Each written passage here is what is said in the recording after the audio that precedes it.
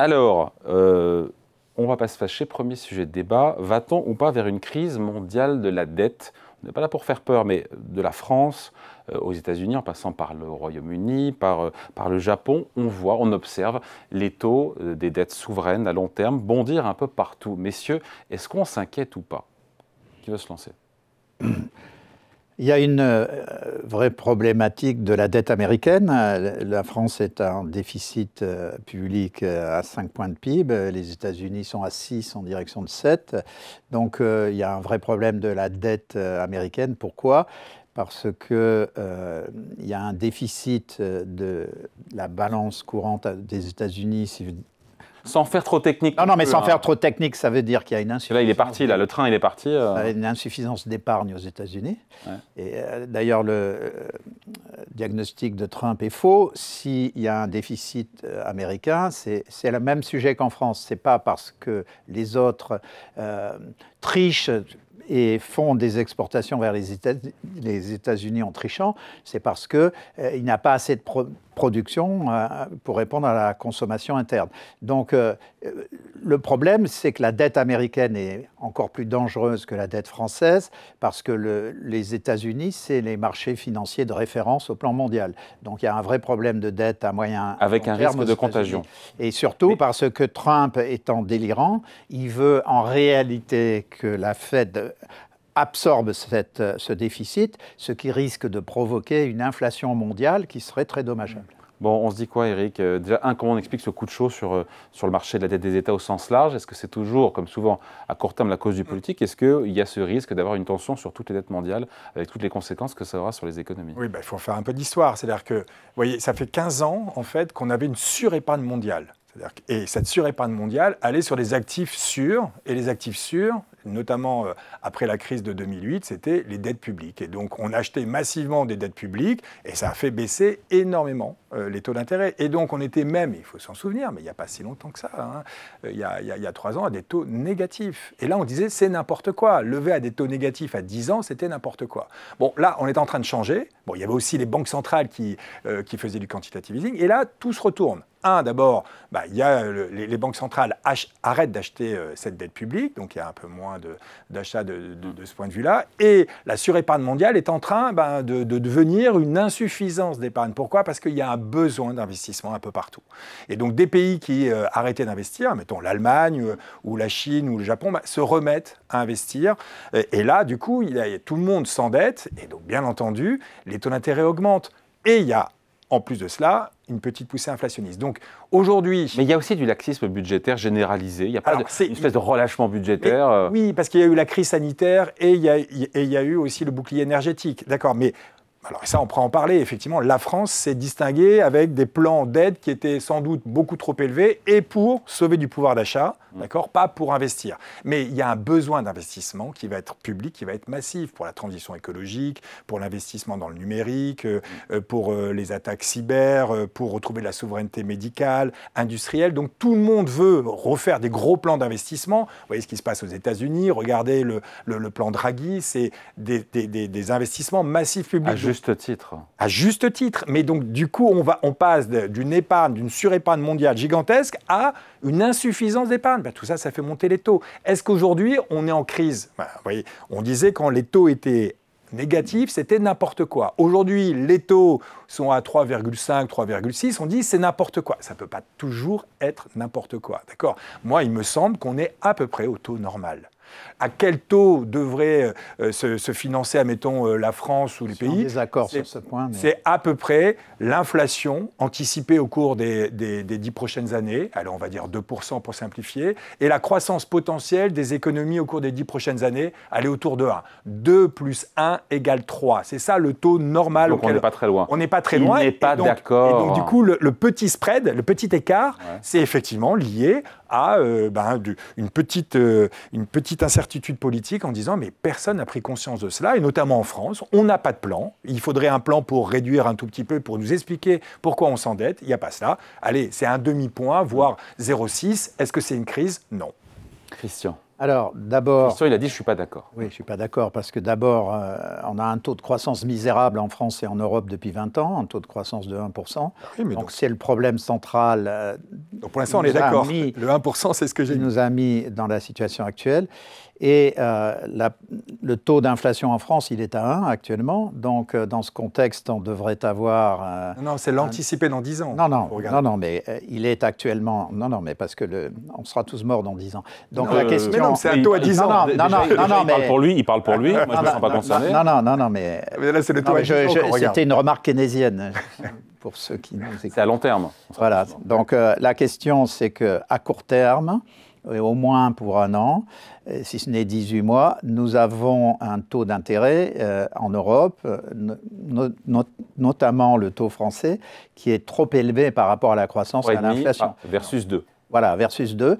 Alors, qu'est-ce qui se passe ?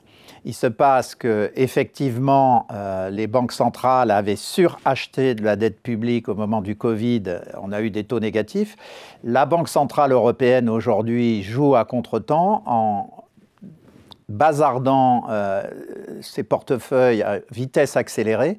Et surtout, ce qui n'est pas vu, c'est que c'est une boîte noire. C'est pris par des décisions au sein de la Banque centrale européenne. On peut réduire les portefeuilles plus ou moins selon les pays.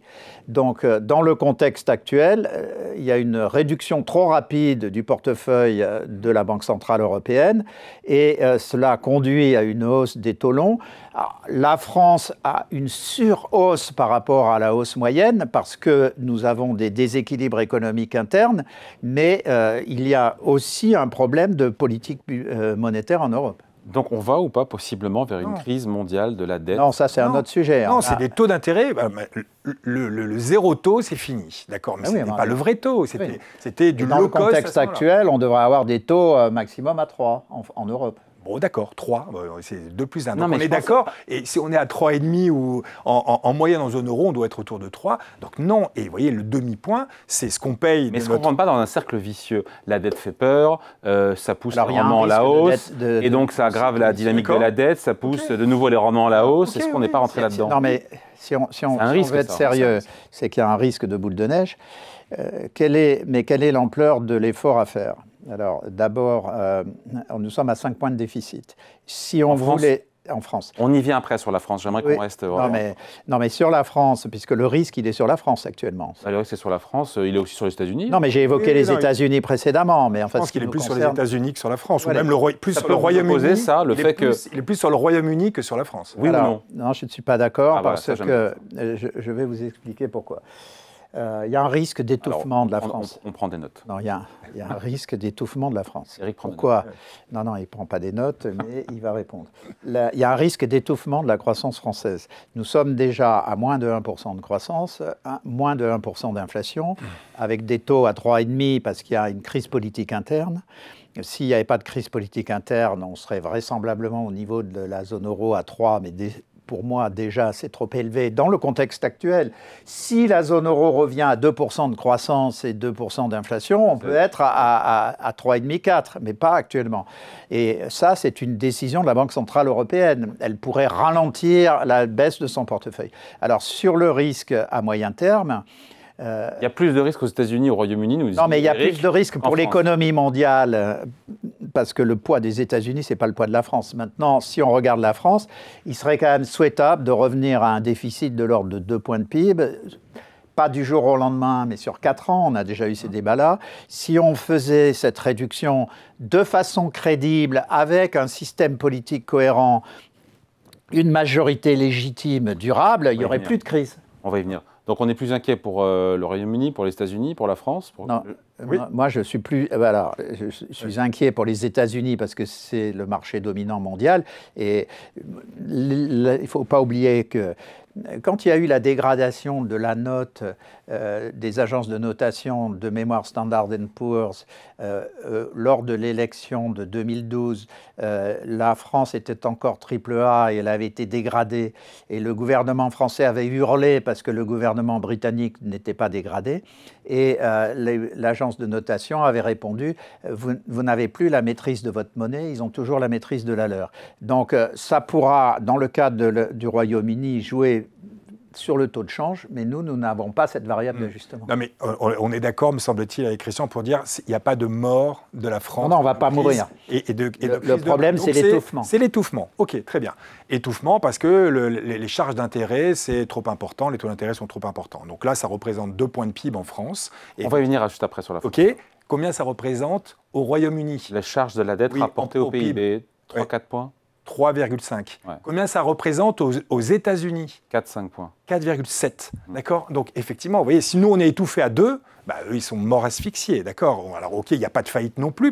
Sauf qu'ils sont à 2% de croissance, les États-Unis, au double d'une autre. OK, ils sont à 2, d'accord? Mais ils consacrent quand même 4,7% de leur richesse à rembourser la dette. Nous, nous que 2. Donc, on prend en compte la croissance, parce qu'on ramène au PIB. Donc, vous voyez, l'étouffement, bah, il est bien plus important. Au Royaume-Uni, il est bien plus important. Et même en Espagne, il est à 2,4. Vous voyez, il n'y a que l'Allemagne qui est moins étouffée que nous. Et d'ailleurs, ils ont des marges budgétaires. Et ça va avoir une incidence. Mais on va parler de la France tout à l'heure, parce que ce que va faire l'Allemagne va avoir une incidence aussi sur la France, d'un côté positif et d'un côté négatif. Donc, aujourd'hui, on n'est pas dans une crise mondiale. On est simplement sur des niveaux de taux d'intérêt qui vont rester élevés, avec des besoins d'investissement public qui vont être gigantesques. Donc il faut se dire qu'il faut effectivement bien gérer la dépense publique et la dette publique. Et moi, il me semble que le sujet n'est pas le niveau de la dette, mais qu'est-ce qu'on a fait avec la dette. Et qu'aujourd'hui, effectivement, on peut considérer que les 5 dernières années, on a mal utilisé la dette. On l'a fait pour soutenir du pouvoir d'achat des ménages, et ça, il ne faut surtout pas le faire. Alors, au-delà de l'utilisation de la dette, donc du déficit au cours des notamment 3 dernières années, et là, je pense qu'on se retrouvera avec Éric, le problème central français, c'est celui de la qualité de la dépense publique. Si on avait 57 points de dépense publique, tous les jeunes sortent avec une formation exceptionnelle, trouvent un boulot dans les 3 mois, pas d'insécurité sur le territoire, on est au top du classement PISA, il n'y a pas de problème de dépenses publiques et même pas de problème de dette. Le problème, c'est une croissance médiocre qui ne va pas s'améliorer si on n'investit pas massivement dans la réindustrialisation. On a une éducation à la dérive, on a une insuffisance d'infrastructures numériques, on a besoin d'investir dans la transition écologique. Il n'y a pas de prise de conscience de la réorientation du système de croissance de la France, et c'est ça qui est le vrai problème. Okay.